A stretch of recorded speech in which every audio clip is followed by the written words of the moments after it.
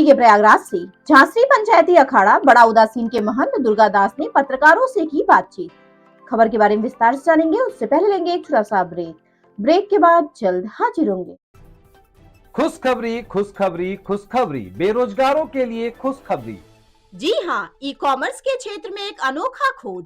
Fast store. घर बैठे phone घुमाकर लखपति करोड़पति बने। ना सुना ना सुनेंगे, सपना नहीं हकीकत है। घर बैठे कोई भी सामान बुक कर 1 घंटे में मंगवाएं। अनेकों पुरस्कार संग मासिक सैलरी पाएं। अधिक जानकारी के लिए www.faststoreincome.com पे आएं। ब्रेक के बाद आप सभी का स्वागत है। खबर यूपी के प्रयागराज से, जहां संगम नगरी प्रयागराज में विश्व का सबसे बड़ा धार्मिक आयोजन महाकुंभ मेला क्षेत्र के श्री पंचायती अखाड़ा बड़ा उदासीन के महंत दुर्गादास ने पत्रकारों से की बातचीत। देखें प्रयागराज से district incharge channel Pradeep Mishra की रिपोर्ट। जिसमें महाकुंभ पर्व अपनी सनातनी परंपरा का निर्वहन करते हुए जो अमृत स्नान है और भी अनेक तरह के जो धार्मिक कार्यक्रम होते हैं उसको पूर्ण करते हुए फिर ये अपने क्रमशः जो इनका कर्म है उसके ऊपर में देश देशांतर तीर्थ जैसे अभी काशी विश्वनाथ अयोध्या और भी हमारे जो रम्मत रहती है आश्रमों का पूरे भारतवर्ष में रम्मत करते, तो अगले कुंभ मेले की तैयारी उसी रम्मत में जब समय आएगा तो वहाँ से तैयारी किया जाएगा। और वो कर्म हमेशा अनवरत सैकड़ों हजारों वर्षों से चली आ रही है।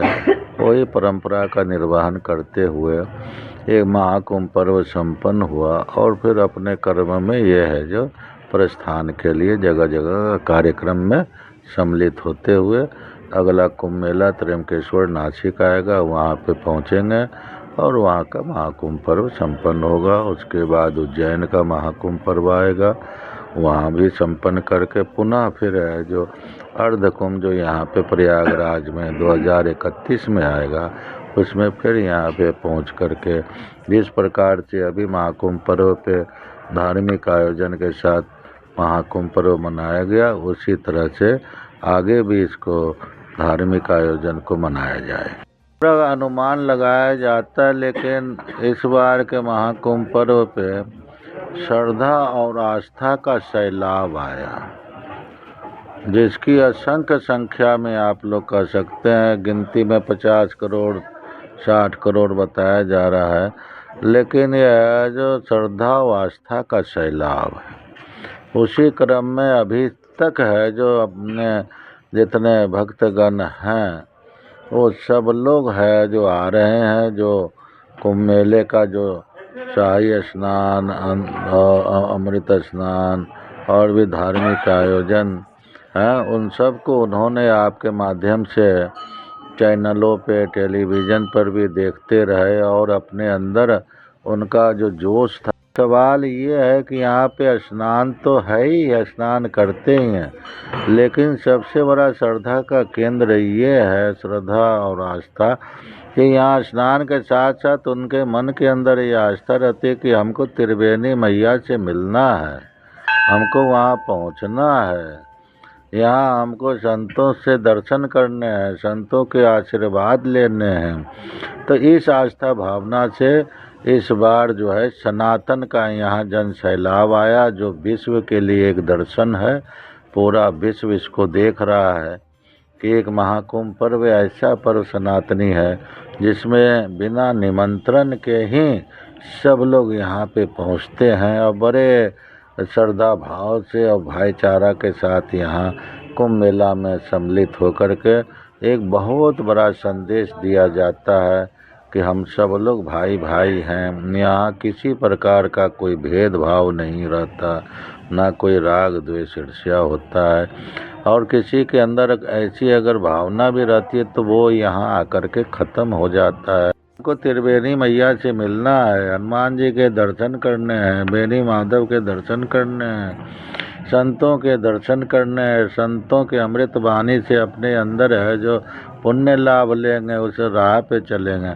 तो ऐसा हमारा महाकुंभ पर्व का महत्व है। उसी महत्व से ये 144 वर्ष का मतलब कि 12-12 आप करें तो ये 144 वर्ष में 12 कुंभ मेले आ जाते हैं, 12 साल।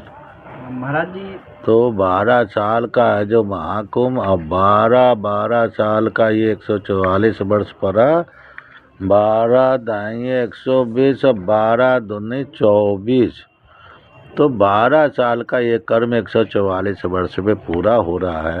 तो इसका है यहाँ माँ त्रिवेणी के तट पे संतों के सामने सब एक समान है, एक बराबर है।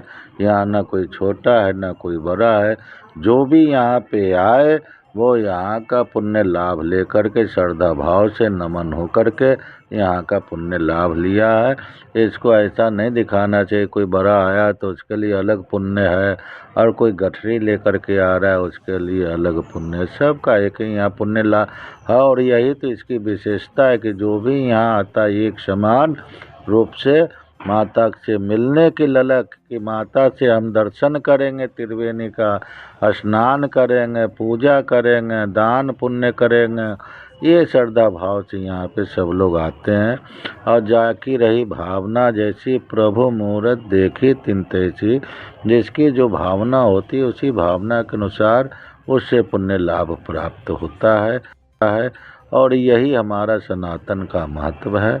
इसी तरह से सनातन का सैलाव आज पूरा विश्व देख रहा है कि सनातनी का सैलाव आया, तो ये है जो पूरे देश विदेश के सब लोग हैं जो इस सैलाव में आए और माँ का दर्शन करके, संतों का दर्शन करके, आपस में भाईचारे का संदेश देकर सब लोग अपने अपने पुनः घर की ओर जा कर के अपने अपने कर्मों में लग गए, अपने अपने कामों में लग जाते हैं।